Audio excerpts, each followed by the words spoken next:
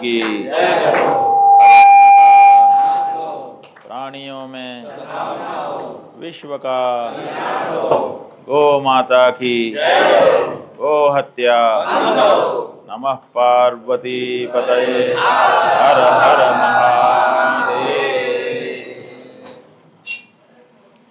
बैठ जाइए।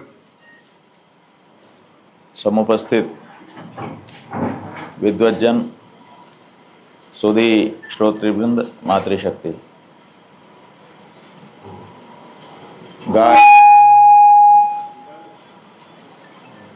सनातन संस्कृति का अभिन्न अंग रही है। गाय के बिना सनातन धर्म का कोई भी कार्य आगे नहीं बढ़ सकता। सनातन धर्म में जब भी कोई कार्य करने के लिए बैठिए, सबसे पहले तो दीप प्रज्वलन करना पड़ता है, क्योंकि वो जो दीप है वो साक्षी होता है आपके कर्म का। इसीलिए दीप प्रज्वलन करके उसकी प्रार्थना की जाती है। भो दीप देव रूपस्त्वम कर्म साक्षी ह्यवग्नकृत यावत कर्म समाप्ति स्यात् तावत त्वम सुस्थिरो भव। इसका मतलब है, हे दिया दीपक, तुम देवरूप हो, कर्म के साक्षी हो। जब हम कोई कर्म करते हैं, तुमको प्रज्वलित करते हैं ताकि तुम उसकी साक्षी बनो, और जब यमराज के दरबार में हम पेश हों तो हमारे कर्म उनके सामने साफ साफ दिखा दो। हमारा जो कर्म है वो एक फिल्म की तरह से है। जो फिल्म होती है उस पर सब अंकित होता चला जाता है, लेकिन उस फिल्म को अगर दिखाना चाहें तो बिना रोशनी के दिखता है? नहीं दिखता है। आप लोगों ने फिल्म देखा होगा तो जो प्रोजेक्टर होता है वो पीछे से रोशनी फेंकता है, और उसमें जो नेगेटिव के माध्यम से जब रोशनी बाहर पर्दे पर जाती है तब वो फिल्म दिखाई देती है। इसलिए फिल्म देखने में रोशनी का बहुत बड़ा महात्म्य है। बिना प्रकाश के कोई भी कर्म दिखाई नहीं दे सकता। इसलिए हम दीप प्रज्वलित करके अपना कर्म आरंभ करते हैं। अब वो जो दीप है वो बिना गाय के घी के जल सकता है? जल ही नहीं सकता। तो ऐसी परिस्थिति में हमारा तो कोई काम बिना दिया के हो ही नहीं सकता, बिना गाय के हो ही नहीं सकता। और इसी तरह से आगे भी है, समझ लेने की ज़रूरत है। तो हिंदू धर्म का गाय अविभाज्य अनिवार्य अंग है। ऐसा नहीं है, ऐच्छिक नहीं है कि है तो ठीक, नहीं तो कोई बात नहीं। बिना गाय के और बिना गव्य पदार्थों के हिंदुओं का कोई भी कार्य हो नहीं सकता। इसलिए हमारे धर्म का वो अभिन्न अंग है, और हमारे धर्म के अभिन्न अंग को कोई क्षति पहुंचाए, ये हमारे धर्म को क्षति पहुंचाना है। जैसे हमारा ये भी अंग है, ये भी अंग है, जो अभिन्न अंग होगा उसको अगर कोई मारेगा, काटेगा तो हमको क्षति पहुंचाना हो गया। इसलिए गाय को मारना ये हिंदू धर्म को मारना है, गाय को काटना हिंदू धर्म को काटना है। और जब से ये अपने देश में शुरू हुआ, पहले नहीं था, और जब से शुरू हुआ तब से इसका विरोध हो रहा है। आज़ादी के पहले से, अंग्रेज़ों के समय से ये शुरू हुआ। अंग्रेज़ों के भी पहले मुग़ल थे अपने यहाँ, लेकिन मुग़ल भी गौ हत्या करते थे, लेकिन रोज़ नहीं करते थे, इक्का दुक्का कभी करते थे। क्यों करते थे? हमको चिढ़ाने के लिए, हमको दुख पहुँचाने के लिए, क्योंकि उनके मन में था कि जिससे इनका ज़्यादा लगाव है उसको मारो। तो हमारा लगाव मंदिरों से था तो मंदिर तोड़ते थे, हमारा लगाव बहन बेटियों से था तो उनको अपमानित करते थे, हमारा लगाव गायों से था तो गायों को काटते थे। माने वो मांस खाने के लिए नहीं मारते थे, वो हमको चिढ़ाने के लिए, हमको दुख पहुंचाने के लिए मारते थे। तो इक्का दुक्का ये होता था, विरोध करते थे हम लोग। उसके बाद अंग्रेज आए, अंग्रेज़ों ने खाने के लिए शुरू किया। जो उनके विदेशी आए थे सैनिक, उनको खिलाने के लिए इन्होंने गौ माता को काटना शुरू किया। और जब उन्होंने ये शुरू किया, उसी समय से भारत में इसका विरोध शुरू हो गया कि भाई ये गलत है। अंग्रेज यहाँ जम गए थे, और इतने अच्छे से जम गए थे कि उनको हटाना मुश्किल हो गया था। लेकिन वो एक ही गलती कर बैठे कि उन्होंने गौ हत्या शुरू कर दी। भारत के लोग अंग्रेजों को एक समय था, इतिहास पढ़ेंगे तो आपको पता चलेगा, पसंद करने लगे थे। वो कहते थे कि अच्छा तो कर रहे हैं, क्योंकि अंग्रेजों ने अच्छी व्यवस्था बनाई थी, लूटपाट होती थी, ठगी होती थी, उस पर अंकुश लगाया था, डकैती पे अंकुश लगाया था, राजनी पे अंकुश लगाया था, सड़क बनवा रहे थे, पुल बनवा रहे थे, डाकखाना बनवा रहे थे, बैंक खोल रहे थे। तो ये सब नई नई चीज़ें लेकर के जो आए थे, उससे जनता पसंद करती थी और पसंद करती ही चली जा रही थी। लेकिन उनसे एक गलती हो गई कि उन्होंने गौ हत्या को शुरू कर दिया, और जब विरोध किया गया तो उन्होंने इसको माना नहीं, उस विरोध को। उन्होंने समझा कि हमारे तो अब जब पाँव जम गए, अब हमको कौन उखाड़ सकता है, तो हनक में आ गए। कई बार ऐसा होता है कि लोग हनक में आ जाते हैं। अब जैसे अपने ही लोग इस समय इतनी दृढ़ता से अपनी बात कह रहे हैं, अपनी ही सरकार है, हमारी वोट से बनी हुई सरकार है, लेकिन वो भी नहीं सुन रही है। क्यों नहीं सुन रही है? वो हनक में है कि हम इनको सबको, ये क्या होते हैं हमारे सामने। तो ये हनक अंग्रेजों में आ गई। उन्होंने सोचा अब हमें कोई उखाड़ नहीं सकता, इसलिए हम तो जो चाहेंगे करेंगे। तो उन्होंने गौ हत्या जारी रखा। परिणाम ये हुआ कि भारत के लोग अंग्रेजों के विरुद्ध खड़े हो गए और बलिदान भी देना पड़ा। तो उन्होंने बलिदान भी दिया और अंग्रेजों को देश से बाहर भगा दिया। क्यों भगाया था? इसलिए भगाया कि जब अंग्रेज भाग जाएंगे तो हमारा राज हो जाएगा, जब हमारा राज हो जाएगा तो हम गौ हत्या बंद कर लेंगे। अब अपना राज हो गया। अब अपना राज होने के बाद क्या हुआ, आप लोग देख ही रहे हैं। अपना राज होने के बाद लोगों ने केंद्र की सरकार से कहा कि आप गौ हत्या बंद करिए, क्योंकि उस समय कांग्रेस के जो लोग थे वही मुख्य रूप से स्वतंत्रता आंदोलन में सक्रिय थे। उन सब का इतिहास में छपा हुआ और दर्ज है बयान।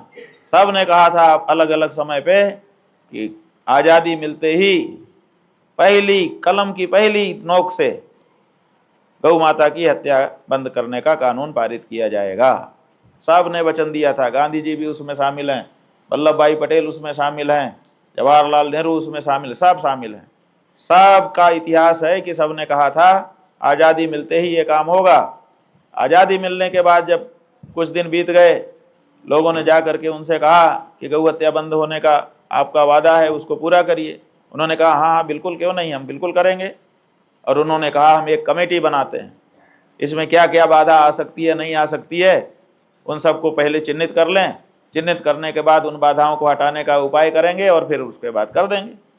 लोगों को बड़ा अच्छा लगा कि हमारी सरकार हमारी भावना के अनुरूप गौ हत्या बंदी के लिए प्रयास शुरू कर रही है। तो कमेटी बन गई। 3 साल वो कमेटी बंधुओं काम करती रही। 3 साल जब बीत गए तो लोगों का धैर्य खत्म हो गया कि भाई क्या हुआ, गौ हत्या बंद करना था, 3 साल हो गए, आप लोग ये क्या कर रहे हैं।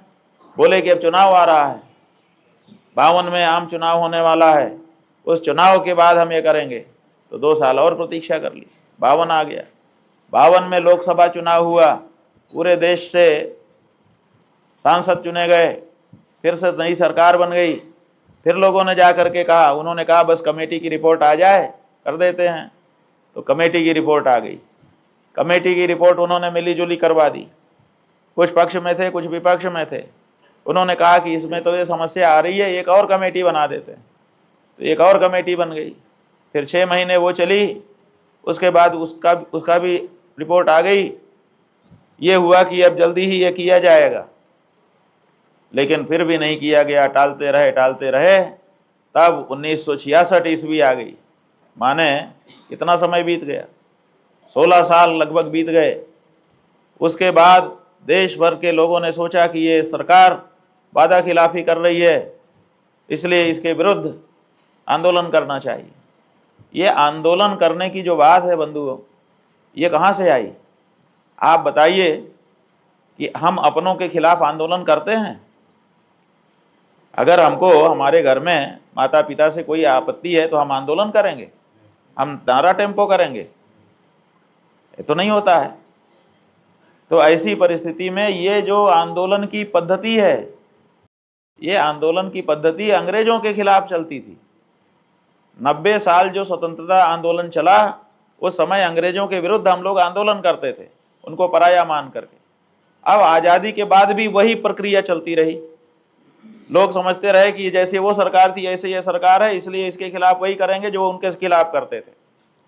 तो वही प्रक्रिया चलती आई और सरकार ने भी अपने आप को वैसा ही समझा, इसलिए आंदोलनकारियों का दमन करती रही, उनके ऊपर लाठी बरसाती रही, जरूरत पड़ने पे गोली भी चलाती रही। ये तो अंग्रेज करते थे ना, क्योंकि वो तो पराये थे। ये तो हमारी चुनी हुई, हमारे वोट से बनी सरकार हमारे ऊपर लाठी कैसे चला सकती है? लेकिन आज भी वही प्रक्रिया चल रही है, हमारी चुनी सरकार हम ही पे लाठी बरसाती है। क्या ये नैतिकता है? हम अपने वोटर पे लाठी मार सकते हैं, हम अपने वोटर पे गोली मार सकते हैं और फिर भी हम उसी की सरकार हो सकते हैं? ये तो नहीं हो सकता ना। लेकिन सरकार यही कर रही है। इसका मतलब सरकार ने अभी भी अंग्रेजों का ही डर्रा पकड़ा हुआ है। अभी सरकार हमारी सरकार नहीं हो पाई है, चाहे कोई सरकार रही। सब सरकारें अभी भी अपने आप को सरकार समझती हैं और जनता को अब पराया समझती हैं, जो कि ठीक नहीं है। फिर 1966 में, आजकल तो संचार के बहुत साधन हो गए, लेकिन उस समय जिस समय संचार के इतने साधन नहीं थे, आने जाने के रास्ते इतने ठीक नहीं थे, उस समय भी 10 लाख लोग पार्लियामेंट को घेर करके खड़े हो गए थे 7 नवंबर 1966 को। बड़ा आंदोलन हुआ। उस समय सरकार के कुछ लोग आंदोलनकारियों से मिलते जुलते थे और उनको आश्वासन दिया था कि आप लोग 10 लाख लोग अगर खड़े होकर दिखा दीजिए तो फिर करना हो जाएगा काम। जवाहरलाल नेहरू का निधन हो चुका था, इंदिरा गांधी नई नई प्रधानमंत्री बनी थी, गुलजारी लाल नंदा उनके गृह मंत्री थे। गुलजारी लाल नंदा ने कहा कि अगर संत महात्मा 10 लाख लोगों के साथ संसद के बाहर खड़े हो जाएं तो इंदिरा गांधी ये कर देगी। गुलजारी लाल नंदा के आश्वासन पर देश भर के संत महात्मा गौ भक्त 10 लाख की संख्या में वहाँ इकट्ठा हुए और इकट्ठा होने के बाद आप देखते ही हैं, जैसे जैसे उनकी बातचीत बढ़ी, वो प्रतीक्षा कर रहे थे, सवेरे से ही वहाँ पर बैठे थे। समय बीतता जा रहा था कि अब प्रधानमंत्री आएंगी या उनका कोई प्रतिनिधि आएगा और आकर के गौ हत्या बंदी की घोषणा करेगा। समय बीतता गया, समय बीतता गया, समय बीतता गया, शाम होने को आई, कोई उधर से आया नहीं, तो लोगों का धैर्य समाप्त होने लगा। उसी समय कोई एक व्यक्ति था जिसने भाषण दे दिया कि अगर ये नहीं करते हैं तो संसद पे दावा बोल दो। तो कुछ उत्साही लड़के दीवार फांदने लगे। इसी का बहाना बना करके गुलजारी लाल नंदा का ये कहना था कि हमारे आदेश से नहीं, सीधे इंदिरा गांधी के आदेश से गोली चला दी गई। तो गोली चला दी गई तो उसमें बहुत सारे लोग मारे गए। जो थाने में रपट दर्ज है, हमने उसका मुआयना करवाया, उसमें 27 लोगों के मरने का उल्लेख है और कुछ लोगों के बंदी बजाए जाने का उल्लेख है। लेकिन जो जनकथा है वो ये है कि हजारों लोग उसमें मारे गए, महिलाएं भी थी, बच्चे भी थे, उन सबको भी मारा गया। अब वो उसके बाद सब लोग भाग गए।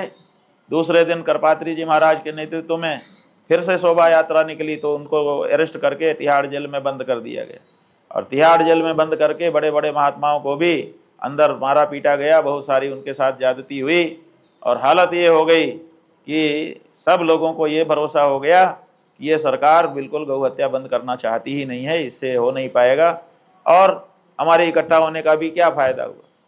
तो निराशा आ गई और उस निराशा के कारण उसके बाद गौ माता की हत्याबंदी का जो आंदोलन है वो काफ़ी नीचे चला गया। कोई हिम्मत ही नहीं कर पा रहा था। चलते चलते चलते चलते बीच बीच में लोग छोटे छोटे आंदोलन अपने अपने स्तर पर कर रहे थे। हाँ, इतना जरूर था कि पूरे देश में जितने भी संत महात्मा हैं, जो भी सनातन धर्म के किसी भी संप्रदाय से जुड़े हैं, जहाँ पर वो प्रवचन करते थे अपने शिष्यों के लिए, गौ माता की जय हो और गौ हत्या बंद हो का नारा जरूर लगवाते थे। उन्होंने छोड़ा नहीं। दिन में 5 बार भी प्रवचन करना पड़े तो 5 बार शुरू में और अंत में, मतलब 10 बार ये कराते थे। आज भी करा रहे हैं। तो ये सब देखते हुए 66 से 76 हो गया, 76 से 86 हो गया, 86 से 96 हो गया, 96 से 2006 हो गया, 2006 से 2016 हो गया, 2016 से 2026 हो गया। कितने साल हो गए? 60-70 साल हो गए। 60-70 साल यही चलता रहा। अनुरोध अनुनय विनय किया जाता रहा। फिर जब हमारा अभिषेक हुआ, हमने अपने गुरुजी की सेवा में 40 साल लगाए।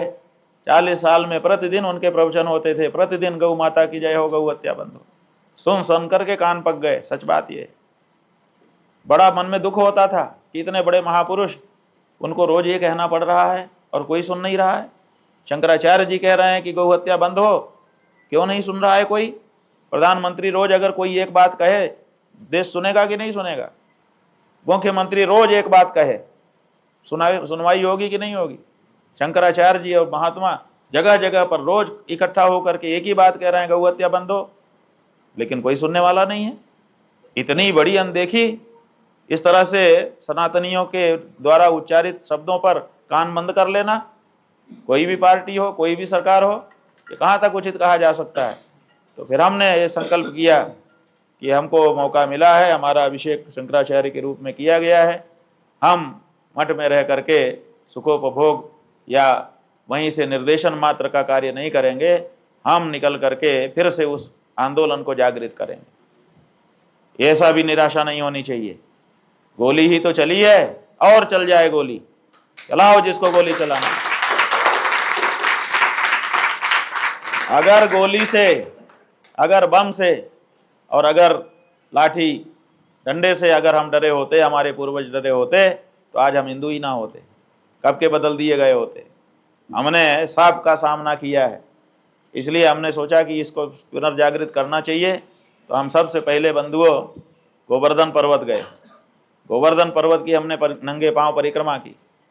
इसलिए किया कि जब इंद्र कुपित हो गया था, गायों को मारने के लिए पानी बरसाने लगा था, तो उस समय गोवर्धन पर्वत के नीचे सबने शरण ले करके अपनी रक्षा की थी।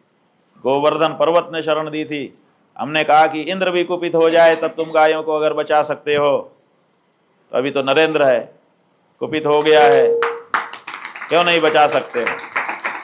इसलिए हम तुम्हारे चारों तरफ घूम करके, तुम्हारी परिक्रमा करके तुमसे प्रार्थना करते हैं कि वो शक्ति दो। और फिर वहाँ से हम चल करके नंगे पांव दिल्ली गए।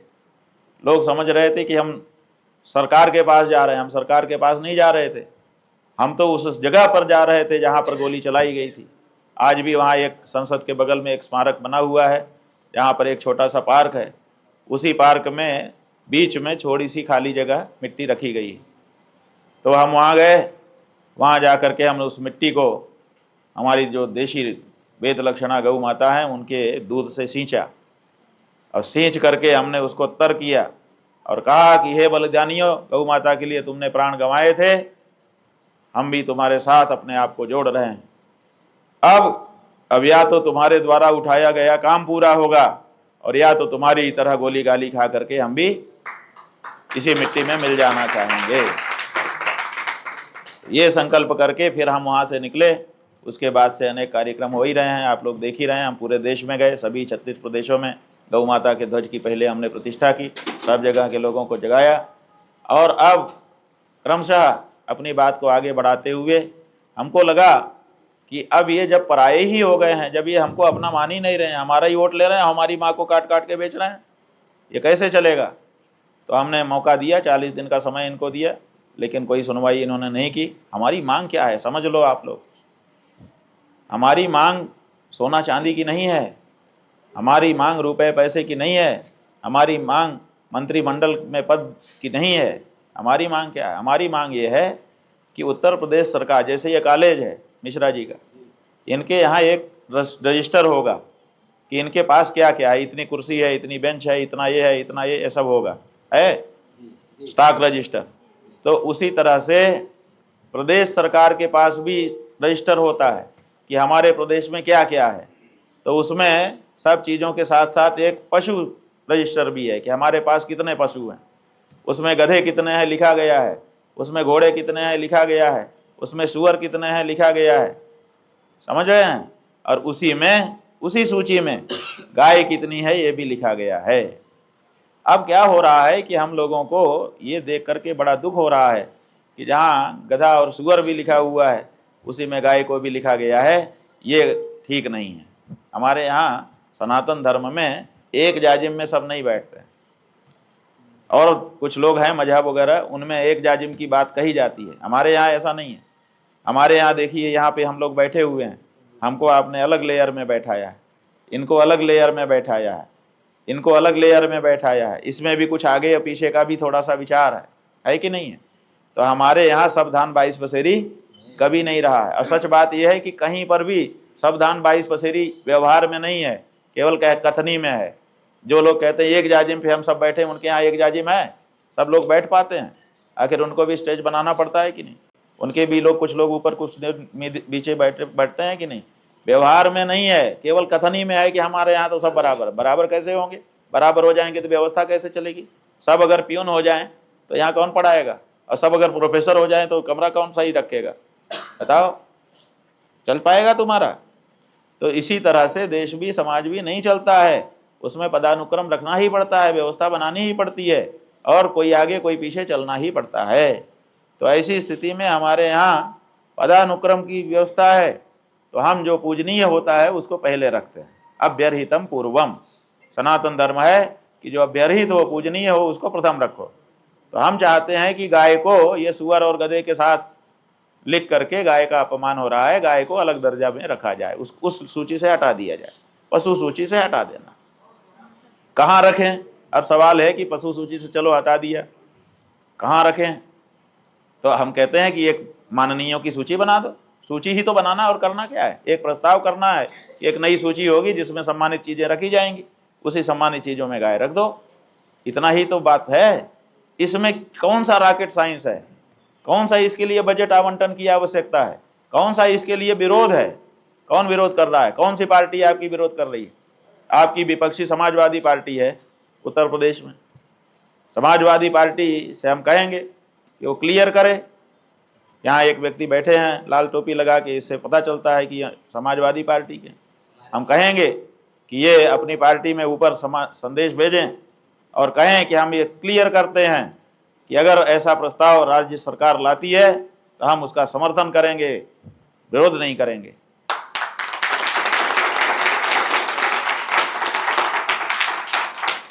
दूसरी पार्टियां हैं वो भी स्पष्ट करें। और कुछ समाज हैं अपने यहाँ, जैसे हिंदुओं के अतिरिक्त मुसलमान हैं, उनका नाम लिया जाता है कि वो लोग विरोध कर रहे हैं। वो तो हमारे पास आ करके कह रहे हैं, हमको तो लिख करके दिया उन्होंने कि जितनी जल्दी हो सके गौ माता को, पहले लिख के ले आए थे, राष्ट्रीय पशु घोषित किया जाए। हमने कहा भैया पशु सूची से हटाना ही हमारा उद्देश्य, तुम पशु कह रहे हो, तुम हमारा समर्थन कर रहे हो कि विरोध कर रहे हो? बोले नहीं नहीं, अगर आपकी भावना यह है तो हम बदल के लाते हैं। वो ले गए, उनको फाड़ दिया, नया ले आए, बोले राष्ट्रमाता घोषित करो, हमें कोई आपत्ति नहीं है। संसद में खड़े होकर मुसलमान सांसद कह चुके, विधानसभाओं में खड़े होकर के मुसलमान सांसद कह चुके कि हमारा पूरा समाज चाहता है कि गौ माता को, अगर हिंदू चाहते हैं तो राष्ट्रमाता घोषित करें, उनको बाधा नहीं है। ईसाइयों से हमारी बात हुई, वो कहते हैं हमें कोई बाधा नहीं है, हमारे धर्म में गाय खाना अनिवार्य नहीं है। मुसलमानों ने भी हमसे कहा हमारे धर्म में गाय खाना अनिवार्य नहीं है, कि गाय खाएगा तभी मुसलमान होगा, इसे कोई जरूरी नहीं है। तो ऐसी परिस्थिति में विरोध किसका है? विरोध किसी का नहीं। आज की तारीख में भारत की हर पार्टी कहती है कि कर लो, हर समुदाय कहता है कि कर लो। इस समय गाय को माता कहने में केवल एक ही को हिचक है, और वो है भारतीय जनता पार्टी। केवल इस समय उसी को दिक्कत है, वही नहीं कह पा रही है, और वही सबसे ज़्यादा गौभक्त बन के हमारे सामने आई थी। गजब की बात, अभी तक कोई भी पार्टी इतनी बड़ी गौभक्त बन के हमारे सामने नहीं आई जितनी बड़ी गौभक्त बन के भारतीय जनता पार्टी आई थी। हम लोगों को अच्छा लगा था कि अरे वाह, अब ये आ गए, अब तो हमारा सब काम हो जाएगा। लेकिन सब क्या, पहला काम जो गौ माता की हत्या को बचाने का था वही नहीं हो पा रहा है। और अभी तो बहुत स्पष्ट हो गया, अभी तक तो सब कुछ छुपा छुपा था, क्योंकि फोटो वोटो आता रहता था। अब तो एकदम साफ हो गया। असम के चुनाव में, हम जानबूझ के देर कर रहे हैं, थोड़ा सा हमने समय बढ़ा दिया है इनके अनुरोध पर। तो असम के चुनाव में बिल्कुल साफ हो गया। असम के मुख्यमंत्री, जो भारतीय जनता पार्टी के मुख्यमंत्री हैं, जो बहुत बहुमत से इस समय जीते हैं, उनके चुनाव में एक पत्रकार ने उनसे पूछा कि आपको गौ हत्यारों का वोट चाहिए? तो उनको क्या कहना चाहिए था? बोलो। हाँ, लेकिन वो नहीं कह पाए। वो उन्होंने एक क्षण का विलंब लगाए बिना कहा क्यों नहीं चाहिए, मैंने चाहिए। तो जिसको गौ हत्यारे का वोट चाहिए उसको गौ रक्षक वोट देगा, गौ भक्त वोट देगा? अब ये गौ भक्तों को विचार करने की जरूरत है, हमारा यही कहना। मूल मुद्दा यही है कि क्या गाय का खून और गाय का दूध एक मटकी में रखा जाएगा?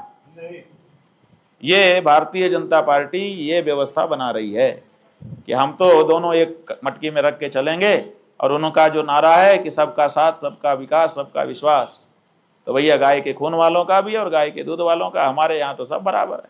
सब बराबर है क्या? गाय खाने वाला तुम्हारे बराबर है?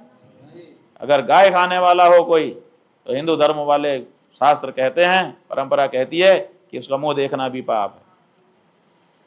तो जब हमारे यहाँ गौ हत्यारे का मुंह देखना भी पाप है, तो उसके साथ हम कैसे उठ बैठ सकते हैं, कैसे व्यवहार कर सकते हैं, कैसे एक साथ रह सकते हैं? लेकिन ये लोग ये करना चाहते हैं, और इनकी योजना है बंधुओं कि धीरे धीरे धीरे जैसे ईसाई और मुसलमान गाय का मांस खाना सीख गए हैं, ऐसे ही धीरे धीरे हिंदू बच्चों को भी गाय मांस खिलाना शुरू कर दिया जाए। तो उससे ये समझते हैं कि उससे एकता आ जाएगी, फिर कोई विरोध नहीं रह जाएगा। अरे विरोध तो नहीं रह जाएगा, लेकिन फिर हिंदू मुसलमान में अंतर क्या रह जाएगा? फिर तो चाहे हिंदू रहे बच्चा, चाहे मुसलमान रहे। आज यही बच्चे के साथ दिक्कत है कि वो गौमांस नहीं खा सकता, उसके संस्कार है, इसीलिए मुसलमान से दूर है। फिर भी अपनी अपनी कक्षा में बना है, और अगर उसने गाय मांस खाना सीख लिया तो उसको मुसलमान होने में कितनी देर लगेगी? झट से परिवर्तित हो जाएगा। तो इसलिए ये बहुत बड़ा दुष्चक्र है, हिंदू धर्म को समाप्त कर देने वाला दुष्चक्र है। अगर एक धर्माचार्य के रूप में हमने इसकी तरफ जनता का ध्यान आकृष्ट नहीं किया तो हम भी बड़ी भूल करेंगे, ऐसा समझ करके हम निकले हुए हैं और आप लोगों के बीच में आए हैं। हम चाहते हैं कि आप लोग बारीकी को समझिए, और समझ करके जिनको गौ हत्यारों का वोट चाहिए उनसे अपने वोट को हटा लीजिए।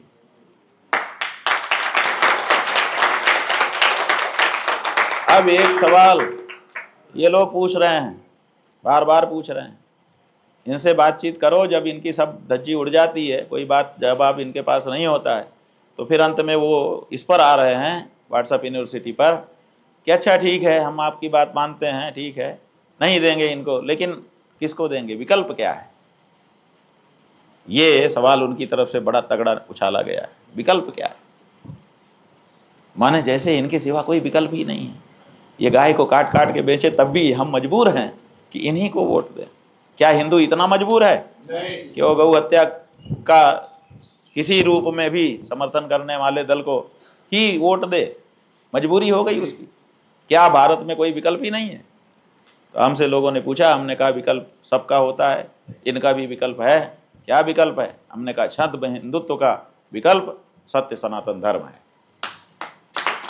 इसलिए सत्य सनातन धर्म के लोग आगे आएंगे, और आगे आकर के अगर कोई पार्टी अभी तक हुई भूल को सुधार करके सनातनी हिंदुओं की भावना के अनुरूप दृढ़तापूर्वक घोषणा करती है कि हमारा दृढ़ मत है कि हम भविष्य में जीतते ही ये काम, पहला ना काम ये करेंगे, तो ठीक है, और नहीं तो फिर इन सब पार्टियों को ठुकरा करके सत्य सनातन धर्म को मानने वाले, सत्य सनातन धर्म के अनुसार चलने वाली कोई नई पार्टी बनाएंगे और उसको वोट देंगे। उसको वोट देंगे तो वही बड़ी पार्टी हो जाएगी। देर कितनी लगती है, जिसको वोट मिल जाएगा वही राजा बन जाएगा। इसलिए कोई इस मुगालते में ना रहे कि हम पहले शासन कर चुके हैं इसलिए आगे भी करेंगे। आपके अंदर अगर वो बात होगी जो हमारे हृदय को छुएगी, तभी आप हमारा वोट पा सकोगे, नहीं तो नहीं पा सकोगे। अब एक और ट्रेंड चल गया है जिनमें ये लोग फंस रही हैं, हमारी बहनें, ये कभी नहीं फंसी थी, हमारी माताएं बहनें कभी नहीं फंसी थी, अब फंस गई हैं। इन्होंने धर्म को बचा रखा था, हमको बड़ा गर्व था कि चाहे कि हमारा भाई कभी गिर भी जाए, ये नहीं गिरेंगी, लेकिन अब ये भी गिरने लग गई हैं। अब ये पैसा लेके वोट देने लगी। बिहार में 10,000 रुपया लेके वोट दे दिया, और बंगाल में 1,500 ले रही थी, और अगला आया बोले 3,000 देंगे, तो तुरंत पलट गई। ये जो ट्रेंड चल गया है, हमारी माताओं बहनों के मन का लालच, हमको लगता है कि ये हिंदू धर्म के लिए बड़ा खतरनाक है। अगर कोई कुछ भी रुपया देगा उसी को मान लेंगे। रुपये से आप अगर किसी भी विचारधारा को प्रश्रय दे देंगे तो भविष्य बहुत अंधकारमय हो जाएगा। इसलिए धर्म की बारीकियों को समझिए और ये छोटा सा लालच छोड़िए। और दूसरे धर्म देख 10,000 रुपया लेकर के आप क्या खरीद रहे हैं वो भी तो सोचिए। 10,000 रुपया ले या 20,000 रुपया या 5,000 जो भी है ले करके आप क्या खरीद रहे हैं? आप उस सरकार को चुन रहे हैं जो सरकार बीफ निर्यात को बढ़ा रही है, जो सरकार कह रही है कि हमें गाय के हथियारों से वोट लेने में कोई दिक्कत नहीं है, जो सरकार माथे पे तिलक लगा के गेरुआ फटका कंधे पे ओढ़ करके नोच नोच करके मछली खा के फिर फोटो खिंचवा रही है, उसको आप बढ़ावा दे रहे हैं। ये सही है? हिंदू धर्म की एक छवि बनी है। हिंदू धर्म में भी कई लोग हैं जो मांसाहारी हो चुके हैं, ऐसा नहीं है, ऐसा नहीं है। सभी वर्णों के लोग उसमें शामिल हैं, कोई कम कोई ज़्यादा, लेकिन अभी भी वो मांस खा के रिग्रेट महसूस करते हैं। उनको वो लगता है कि हम थोड़ा कुछ गड़बड़ कर रहे हैं। क्यों? क्योंकि मांसाहार हमारे यहाँ उत्तम नहीं माना गया है, उसको अधम माना गया है। इसलिए मांसाहारी हिंदू अपने को थोड़ा सा नीचा समझता है कि मैं थोड़ा सा गिरा हुआ हूँ। अब आप जब उसको बड़े बड़े लोग बढ़िया बढ़िया दिखा दिखा के खाना शुरू करेंगे तो उसको गौरव समझेगा। तो जब उसको गौरव समझने लगेगा तो फिर कहाँ उत्तमता रहेगी? तो समाप्त हो जाएगा। ये सब खतरे उत्पन्न हो गए हैं बंधुओं। इन खतरों से सावधान होकर के आप नरक का द्वार 10,000 20,000 में मत खरीदिए। आपका 10,000 यहाँ थोड़े दिन में खर्च हो जाएगा। महंगाई बहुत बढ़ा दिया है, इतनी बढ़ा दिया है कि एक सड़क अभी बनाई है, उस सड़क पे अगर आप जाते हो तो आपकी गाड़ी में जितना डीजल पेट्रोल जलेगा उससे ज़्यादा तो टैक्स देना पड़ेगा। बताइए, माने जितना फ्यूल खर्च होगा उससे ज़्यादा तो आपको उस पे खड़े होने का टैक्स देना पड़ेगा। ये महंगाई, ये कितनी बड़ी महंगाई है। लेकिन है तो 10,000 क्या होता है, एक चुटकी में ख़त्म हो जाएगा। लेकिन उस चुटकी से जो पाप आपने किया वो पाप स्थिर हो जाएगा। एक कवि ने कहा है, यास्यति जलधर समय तव च समृद्धिर्लघीयसी भविता तटिनि तटद्रुम पातन पातकमेकम चिरस्थाई। एक बरसाती नदी थी, वो बरसात में उफन गई। बरसाती नदी जो है बाकी समय सूखी रहती है, बरसात में बड़ी तेज उफना के चलती है। तो उफना के चल रही थी, कवि ने देखा उफना करके बेग से आती थी। अगल बगल के जो पेड़ थे, जो 10 साल से 20 साल से 50 साल से खड़े थे, उनकी करार काटती हुई उनको गिराती हुई चली जा रही। तो कवि ने कहा कि हे बरसाती नदी, तुम्हारी ये समृद्धि तो बहुत अच्छी है, लेकिन ये ज़्यादा दिन नहीं रहेगी, बरसात बीतते ही ख़त्म हो जाएगी, फिर तुम जहाँ की सूखी साखी हो जाओगी। लेकिन ये जिस समय तुमको समृद्धि मिली है, उस समय की समृद्धि के वेग में ये जो किनारे के पेड़ों की करार को काट करके इनको गिरा रही हो, इसका जो पाप है वो चिरस्थायी हो जाएगा। समृद्धि तो आज है कल खत्म, लेकिन समृद्धि के नशे में किया गया पाप चिरस्थायी हो जाएगा। इसलिए इसका विचार कर लो। उसी तरह से हम कहना चाहेंगे कि आपका 10,000 20,000 आपको कितने बड़े नरक में डाल रहा है, इसका भी विचार करके तब उस रुपए को थामो और तब उस रुपए के अनुसार आगे बढ़ो, अन्यथा अच्छा परिणाम उसका निकल करके नहीं आएगा। तो ये बात हमने कह दी। 9 बजे तक का हमको यहाँ रहना था, 9 बज गया है। अब हम चाहेंगे कि आप लोग एक संकल्प जो हम करा रहे हैं पूरे उत्तर प्रदेश को, हमको जिसको सिखा देना है, हम चाहते हैं कि प्रत्येक व्यक्ति इस वाक्य का उच्चारण करे। हाथ ऊपर उठा लो और अपने आप को भगवान श्री कृष्ण का अंश समझो। जब उनके हाथ में सुदर्शन चक्र है तो तुम्हारे हाथ में भी है। वो अगर पूरे 3 लोक के रक्षक हैं तो तुम कम से कम 3 आदमी के रक्षक तो हो ही सकते हो। तो इसलिए अपने आप को रक्षक समझो, अपने उंगली में सुदर्शन चक्र महसूस करो और उसको घुमाओ और बोलो, अहम हनम वृत्रम गविष्ठौ, अहम हनम वृत्रम गविष्ठौ, अहम हनम वृत्रम गविष्ठौ। ये 3 बार हमने वेद मंत्र के एक अंश का उच्चारण आपसे करवाया। इसका अर्थ भी समझ लो। अहम माने मैं, हनम माने पछाड़ दूंगा, मार दूंगा, परास्त कर दूंगा। वृत्रम, वृत्र नाम का एक असुर था, वृत्रासुर, वहाँ इसका नाम लिया गया है। गायों को सताने वाला जो होता है वो असुर होता है, तो यहाँ पर गायों को सताने वाले से तात्पर्य है। और गविष्ठौ माने धर्म युद्ध में। ये जो गौ माता की रक्षा के लिए धर्म युद्ध शुरू हो गया है, इस युद्ध में मैं गायों को सताने वाले वृत्रासुर को पछाड़ दूंगा। ये आपने 3 बार कहा। बोल दो एक बार, अहम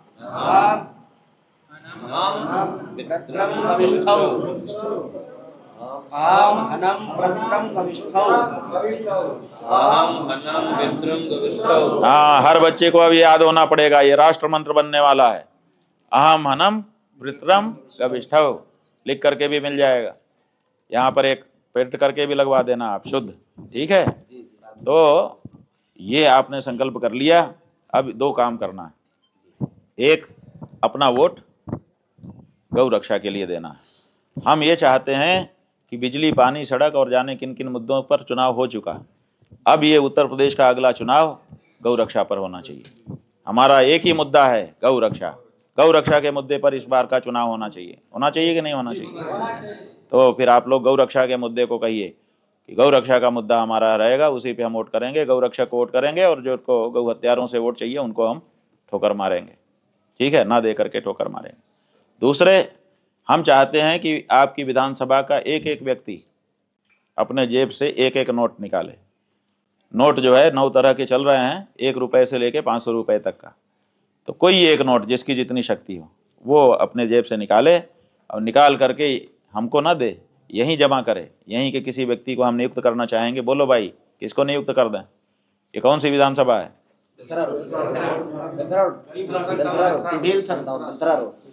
बिलथरा रोड। बिलथरा रोड ये विधानसभा है। इसके लिए हमारे प्रतिनिधि के रूप में कौन काम करेगा? मिश्रा जी। बोलो भाई, कौन कौन मिश्रा जी के लिए हाँ कह रहा है? अरे वाह, काफ़ी लोग, लगभग सभी हैं। ठीक है, तो आपको हमने चुन लिया। अब आप जन समर्थन से हमारे प्रतिनिधि हो गए इस क्षेत्र में, विधानसभा में। अब आपको एक मुहिम चलाना है, बहुत लोगों को इकट्ठा करना पड़ेगा। कितने गांव है, हम समझते हैं कि एक एक गांव से एक एक आदमी को आप जोड़ लीजिए, और जोड़ करके उनकी बैठक करिए, उनको प्रशिक्षण दीजिए, और वो लोग एक रजिस्टर खरीदें गांव के लिए। उस रजिस्टर में गांव में पूरा घुमा दें, एक एक घर में एक एक आदमी का, और उसी घर का व्यक्ति अपने हाथ से अपना नाम पता लिखे, गांव का तो वही है, नाम लिखे, और जितना रुपए का नोट दे रहा है वो खुद लिख दे। आप अगर लिखेंगे तो कहेंगे कि हमने 10 का नोट दिया था, इन्होंने एक लिख दिया, हमने 100 का दिया था, 10 लिख दिया। ये मत करो, उन्हीं के हाथ से लिखवा दो कि भैया आप अपने सबका नाम लिख दो और अब अमाउंट लिख दो। जो जो एक नोट लेना है, एक से ज़्यादा किसी से नहीं लेना है। कितना ही बड़ा आदमी हो, एक नोट, ज़्यादा से ज़्यादा 500, इससे ज़्यादा हमें नहीं चाहिए। और छोटा से छोटा आदमी 1 रुपया। बच्चे भी, हमने बच्चों से पूछा था, उन्होंने कहा हम दे देंगे 1 रुपया। कई बच्चे तो निकाल क्यों बेटा, दे दोगे? कितने का नोट दोगे? 10 का है। देखो बच्चा कह रहा है 10 रुपये, तो देंगे सब। ठीक है, तो आपको ये यहाँ पर प्रेस कॉन्फ्रेंस करके बाकायदा टीम गठित करके इसको मुहिम चलाना है, और मुहिम चला करके एक नोट और एक वोट, ये जो एक और नोट और एक वोट है, वो जो नोट इकट्ठा होगा उससे इसी विधानसभा में किसी सही जगह पर एक भव्य दिव्य रामाधाम, गौधाम बनाएंगे हम लोग। और वहाँ पर हमारी गौ माता, जैसे हमारी माँ सज धज के बैठी हुई है खा पी के एकदम, वैसे ही सज धज के रहेगी और आशीर्वाद देगी। वहाँ गाय दूध के लिए नहीं पाली जाएगी, डेयरी फार्म नहीं बनेगा, वहाँ चंदा मांगने के लिए गौशाला नहीं बनेगी। वहाँ की जो गौशाला होगी, वहाँ पर देवी माँ के रूप में हमारी माँ बैठेगी, और वहाँ पूरे क्षेत्र के लोगों को आशीर्वाद देगी रोए रोए से। ठीक है, आशीर्वाद के लिए वहाँ गौ सेवा होगी। हिंदू जनता भूल गई है कि गाय दूध के अलावा आशीर्वाद भी देती है, ये समस्या है। तो हम चाहते हैं, पुराना हमारे सभी शास्त्र साफ साफ कहते हैं कि गाय दूध देने की चीज़ नहीं है, दूध तो बाई प्रोडक्ट है, रहेगी तो होगा ही। असल में वो आशीर्वाद देने के लिए आई, और उसी आशीर्वाद से हम वंचित हो गए, क्योंकि मुसलमानों अंग्रेजों ने हमको ये सब भुलवा दिया। तो फिर से हम याद दिलाना चाहते हैं कि गाय आशीर्वाद देने की वस्तु है, तो वहाँ उस गौधाम में ये होगा। ठीक है, तो इसका माहौल बना करके एक एक व्यक्ति से एक एक लीजिए, और ले करके और फिर उस धन से भव्य दिव्य रामाधाम बनाया जाए। एक एक पैसे का हिसाब रखो, वहाँ पर सबका नाम भी हम लोग लगाएंगे, और एक बड़ा काम हो, और लोगों को संकल्प दिलाओ। ठीक है, तो एक वोट और एक नोट, एक वोट और एक नोट, ये जो आपका एक वोट और एक नोट है, वो धर्म का कोट बनेगा, और अधर्मियों पर चोट बनेगा। ठीक है, तो ये संकल्प हमने करा दिया। अब हम यहाँ से जा रहे हैं। आज की हमारी सभा भले छोटी थी लेकिन ऐतिहासिक हो सकती है अगर जो हम कह के जा रहे हैं उसको आपने कर दिया तो।